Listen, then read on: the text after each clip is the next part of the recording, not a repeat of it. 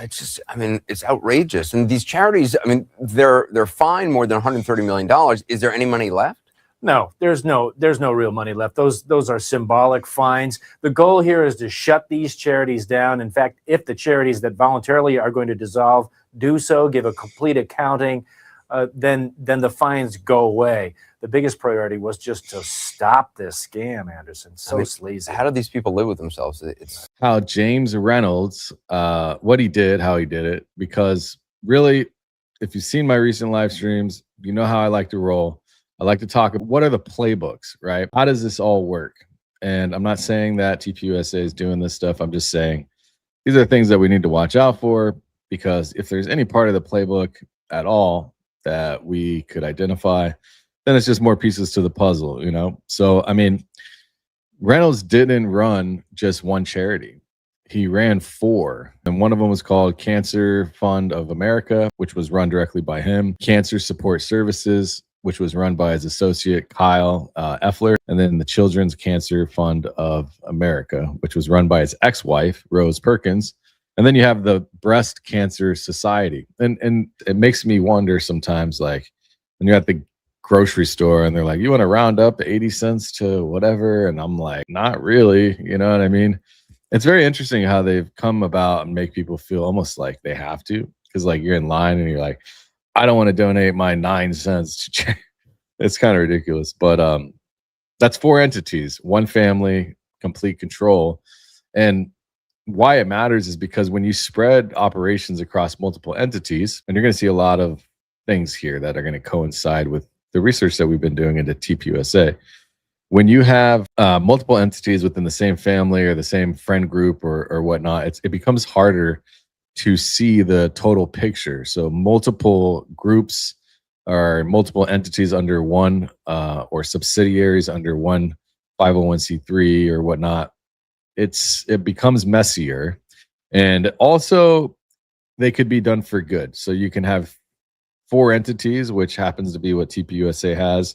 It could be used for bad and for good, and or both or whatever, right? So regulators, what they did in this case, in that case here, is that they looked at one charity at a time, and donors give to one charity at a time. Nobody's really adding up the full network. Does that sound familiar? So where it gets clever is that the Reynolds charities, all 4 of them, so we've got, again, Cancer Fund of America, Cancer Support Services, Children's Cancer Fund of America, and then the Breast Cancer Society. The Reynolds charity reported over $223 million in gifts, basically gifts in kind, on their Form 990s. Problem was, most of these basically considered what's called in-kind donations, but they were garbage, literally. The FTC found that they were counting bulk items at inflated values, discontinued products, out-of-season merchandise, stuff that had pretty much no actual value. And then they'd claim retail prices for things that they got for pennies on the dollar, if not free. So the cancer patients, they literally are getting boxes of seemingly random items. Like imagine Carnation instant breakfast, cans, or like adult diapers or sample soap. So step 1 is you create multiple entities. Step 2 is you fake the donations. And then you have step 3 where you hire the family. So Reynolds, he puts family everywhere. His son ran one charity. His ex-wife ran another. The CFO was a longtime associate. So when you control the board, the management, the finances, who's going to blow the whistle? They're all caught up in the web, right? So this is called rampant nepotism. That's what you've heard before and you've seen here. And that was in the FTC complaint. Operated as personal like favors but characterized by rampant nepotism, flagrant conflicts of interest, and excessive insider compensation, all right? And lots of other things. Personal.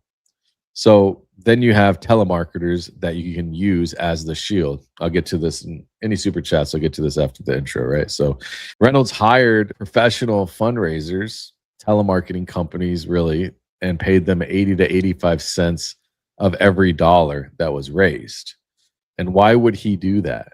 because now the telemarketing company is the one calling donors. The telemarketing company is the one asking for the money. And when regulators come knocking, Reynolds can say, I don't control what they tell people. It's like a firewall of layer of deniability. Part of it makes me wonder if this has to do with anything that we saw talking about how basically Tyler Boyer sending out knockers, door knockers, and fundraisers, or get out the vote effort. I don't know. But essentially, when you have donors or a telemarketing company calling these donors and reaching out, it kind of puts this wall between the entity and the organizations. And it worked until someone actually looked at the contracts and realizes that you wrote the scripts that they're reading. So what finally brought down Reynolds was that it was journalists in CNN started investigating in 2013, I think it was, and they put the charities on a worst charities list. And if you go look on Google or anywhere else, you could ask, like, what are the worst charities in United States history? These 4 will come up, I'm sure.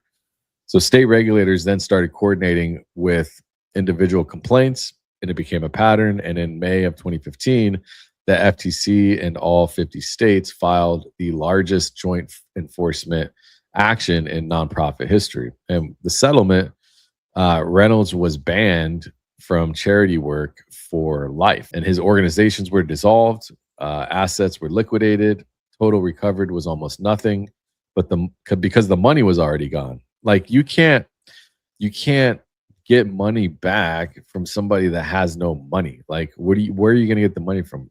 These types of people, as you can see, they were just blowing it at Hooters, So unfortunately, that money was spent, and you're not going to go to the Hooters girls and get your money back. Since that money was already gone, that's the thing about nonprofit fraud, is by the time you catch it, the damage is already done. The donors are grifted. Now, I'll tell you why I opened up with this story. And I'm not saying, again, that Turning Point USA is the Reynolds Cancer Charities case. That would be highly irresponsible. I deal with documents, not drama, but I am saying that the patterns there's some patterns here. Let's just say that. You've got multiple entities, check. You got TPUSA, Turning Point Action, America's Turning Point Endowment, family and insiders in key positions, check. Lawyer Frantzve on Superfeed's board, Tyler Boyer running operations across different entities, inflated. Well, what's interesting is contractor, right? So there's some type of buffer there. It is very interesting, right? The guy that has big balls and runs everything, is an independent contractor. I think that's kind of interesting. What I will say is that family and insiders in key positions, inflated numbers and questionable reporting, auditors who missed the obvious, Baker Tilly's 83% inspection failure rate, with Catholic Charities lawsuit where they missed 1.7 million in embezzlement for 10 years. So somebody could go to the casino, go use Uber, go do whatever they wanted, right? And Baker Tilly really just, like, I don't know. I don't know what Baker Tilly was thinking. I mean, I guess they weren't, right? I guess that's the point, in my opinion. So we'll connect some dots. This is like the master timeline, right? The main point that I'm going to talk about here is how the money started changing when Charlie and Erika met, because this is an interesting point that I really haven't seen many people talk about. Not much talk about this. 2 years later, you see this massive ramp up, right? So I think it was she met him in like March of 2018, something like that. When we get to the financial analysis, back to Erika Kirk, right?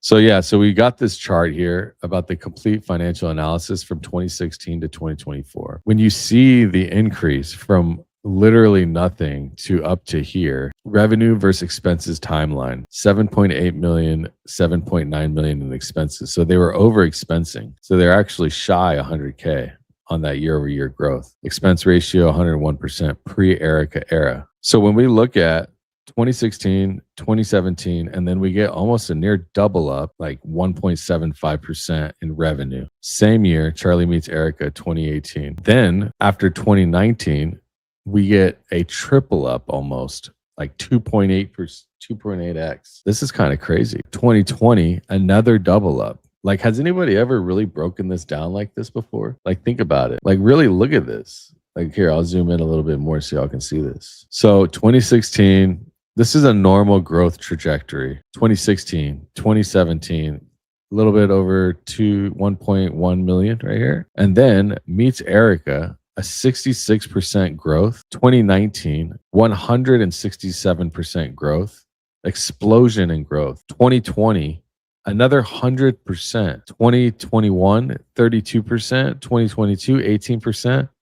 2023, 5%. Think about 2024 might be lower, maybe not. I don't know. I got to look through. We have to see 2025. We have to see all that. But then when we look at what 2025 is going to look like, this year's filings, imagine what that is going to look like. We're talking $250 million in growth in 2025. This is going to jump through the roof. So when I update this chart next year, at the end of like this year, it's going to be insane to see. I mean, think about that. It's going to be insane to see. Why did it go from this to that? And how did Charlie get involved with President Trump and all of this stuff? Those questions have got to be answered, right? So to me, this is very curious. And these are the findings and red flags that I put out here. The 2018 explosion. So in August of 2018, Charlie Kirk meets Erika at First Politicon. Revenue jumps 66% in the first year. Spending patterns completely change.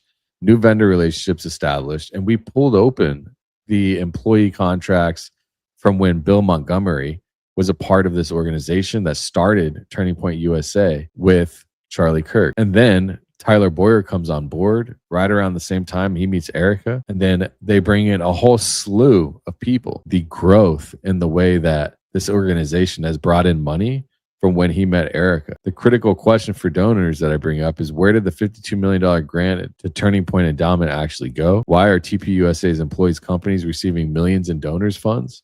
What due diligence was performed on vendors receiving 1 million plus contracts? Why did payments to Jake Hoffman's companies stop when investigations started, but then they moved it to Turning Point Action, and so did Tyler Boyer? How are vendor contracts awarded and monitored for competitive pricing? What percentage of revenue goes to actual programmatic? Like, I've gone through and systematically dissected every single thing regarding this organization. I'll tell you one thing. The financial controls seem to have a massive conflict of interest. Domestic grant exposed, where TPUSA donor money gets granted away. The endowment shell game. This is all my opinion. All right. This is all my opinion. TPUSA granted $51.9 million to the Turning Point Endowment from 2017 to 2022. This is donor money moving to a related organization. The endowment shares leadership with TPUSA. What happened to the $52 million? Here it shows right here. Turning Point Endowment increases, and then 2021 skyrockets. We still have it 2022, and then things shift. You get a little bit to Turning Point. So this is what Zach DiGregorio from Wolves of Finance shows, is that 1.1 million started being sent over to America's Turning Point, and then 4.8 million gets sent over to America's Turning Point in 2022, 2023. So in these 2 years, you've got close to $6 million sent over. Turning Point Endowment, $51.9 million. America's Turning Point, 5.9. I think this is right. And then you have Turning Point USA, 1.3. Prager University Foundation, $500,000. Purpose was awareness of free markets. These are all the timelines that I've put together to try to help me digest. Year by year grant timeline. This is all after Erika came in the picture. Total domestic grants, 60 million, 51 million, 86.6% of grants related entities. 18.8 million was the largest single grant. More questions. Where did the 52 million go? Why is TPUSA granting money to itself and related entities? Are donors aware that their contributions are being re-granted to other organizations? What oversight exists for these massive grant distributions? My goodness, man. It's just crazy to look at these numbers. Follow the money, how $132 million in donor funds flows through TPUSA. Like, money comes in, donor contributions, 132 million for 23 to 24 from individual donors, corporations, grants, and larger. Total expenses. I mean, what are you spending $127 million in expenses on? Isn't that crazy to think about? I mean, it's just crazy, man. It's a lot of money. Jeez. What are you expensing? Money out in top destinations. These are the entities that I think are a conflict.